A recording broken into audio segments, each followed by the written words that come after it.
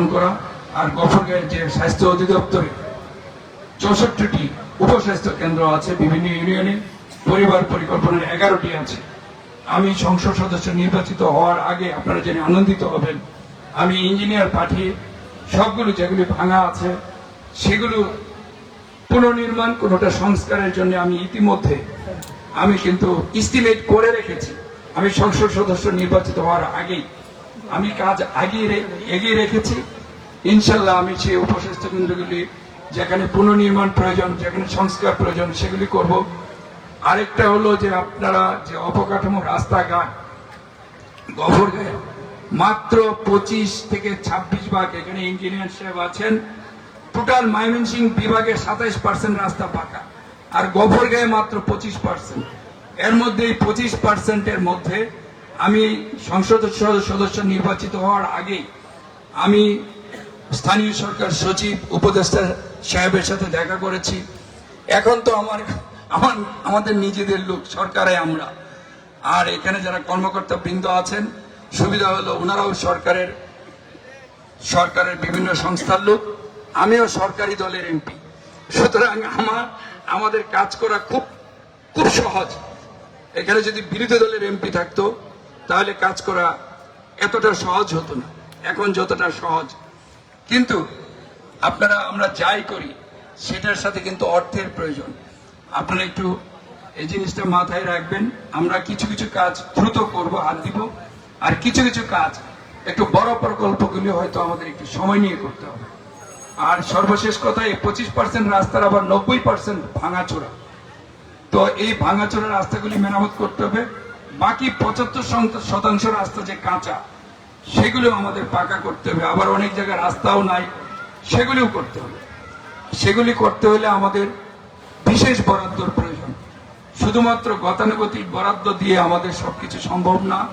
আমি গফরগাঁয়ের জন্য এমপি নির্বাচিত হওয়ার আগেই স্থানীয় সরকার মন্ত্রণালয়ে 1500 কোটি টাকা গফরগাঁয়ের জন্য বিশেষ বরাদ্দের জন্য আবেদন করেছি। সেটা কিছুটা প্রক্রিয়াধীন আছে। এখন যেহেতু আমাদের সরকার এসছে, ইনশাল্লাহ আমি চেষ্টা করব যে যত তাড়াতাড়ি সম্ভব আমাদের যে সমস্যাগুলি দ্রুত সমাধান সম্ভব সেগুলি করব। আর আপনারা জেনে, এটা আমি একটু পরিসংখ্যান দিয়ে বলছি, আমি যখন দেখলাম গফরগাঁয়ের এত কম রাস্তা পাকা, আমি সব তথ্য বের করি। বাংলাদেশের অনেক জেলা আছে যেখানে শতকরা 100 ভাগ রাস্তা হয়ে, যেখানে রাস্তা প্রয়োজন নাই, অপ্রয়োজনে বিভিন্ন জায়গায় 150-200% রাস্তা হয়ে আছে। সেই পরিসংখ্যানও আমি বের করলাম এবং মন্ত্রণালয় আমার সাথে একমত হলেন যে আসলে আমরা অনেক পিছিয়ে আছি। তো আমরা আসলে 200 বছর পিছিয়ে আছি। সেটাকে এগিয়ে নিতে হলে আপনাদের সবার সহযোগিতা, বিশেষ করে আপনারা আইন শৃঙ্খলা পরিস্থিতি আমি সবার প্রতি অনুরোধ রাখবো, আপনারা ধৈর্যের পরীক্ষা দিবেন। ছোটখাটো কারণে কারোর সাথে কেউ ভাই বিবাদে জড়াবেন না। এই দুনিয়া আমরা চিরস্থায়ী না, আমরা অল্প সময়ের জন্য এসেছি।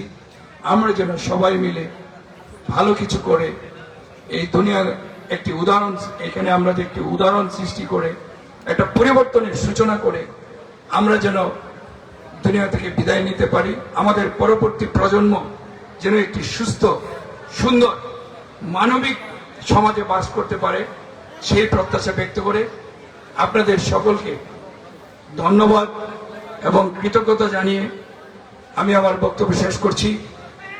আমি বক্তব্যের শেষান্তে আমাদের মহান স্বাধীনতার ঘোষক, আধুনিক বাংলাদেশের স্থপতি শহীদ রাষ্ট্রপতি জিয়া রহমানের আত্মার মাগফিরাত কামনা করছি। আমার অভিভাবক যিনি 30 ডিসেম্বর আমাদেরকে এতিম করে আল্লাহ রাব্বুল আলামিনের ডাকে সাড়া দিয়ে দুনিয়া থেকে বিদায় নিয়েছেন, মজলুম দেশনেত্রী সাবেক প্রধানমন্ত্রী বেগম খালেদা জিয়ার আত্মার মাগফিরাত কামনা করছি। আমাদের প্রধানমন্ত্রী জনাব তারেক রহমানের সুস্বাস্থ্য এবং দীর্ঘায়ু কামনা করছি, এবং আমরা যেন ওনার নেতৃত্বে বাংলাদেশ গড়ার পাশাপাশি এই গফরগাঁও এবং পাগলা করতে পারি, সেই প্রত্যাশা ব্যক্ত করছি। আপনাদের সকলে সহযোগিতা কামনা করছি। আবারও আমাকে আপনারা অকুণ্ঠ সমর্থন এবং ভোট দিয়ে নির্বাচিত করার জন্য আমি আন্তরিকভাবে আপনাদের কৃতজ্ঞতা জানাচ্ছি। আর আজকের এই অনুষ্ঠানে অনেকের নাম বলতে পারি নাই, অনেকে মঞ্চে স্থান দেওয়া যায় নাই, সেজন্য আন্তরিকভাবে আপনাদের সবার কাছে ক্ষমা প্রার্থনা করে যা কিছু ত্রুটি বা ব্যর্থতা সব আমার, আর যা কিছু সফলতা সব আপনাদের। আপনারা আমার সব, আপনারা আমার পরিবার। আপনাদেরকে নিয়ে আমি আমার পথ চলা অব্যাহত রাখতে চাই। আপনারা সবাই ভালো থাকবেন। আপনাদের সকলে সুস্বাস্থ্য এবং দীর্ঘায়ু কামনা করে আগামী গফরগাঁও পাগলাগড়ার সবার সহযোগিতা কামনা করে আমার বক্তব্য শেষ করছি। এবং মহান ভাষা শহীদ এবং মহান মুক্তিযুদ্ধ থেকে শুরু করে গণতান্ত্রিক আন্দোলনে যারা শহীদ হয়েছেন সবার আত্মার মাগফিরাত কামনা করে আমার বক্তব্য শেষ করছি। আসসালামু আলাইকুম ওয়া রাহমাতুল্লাহি ওয়া বারাকাতুহু।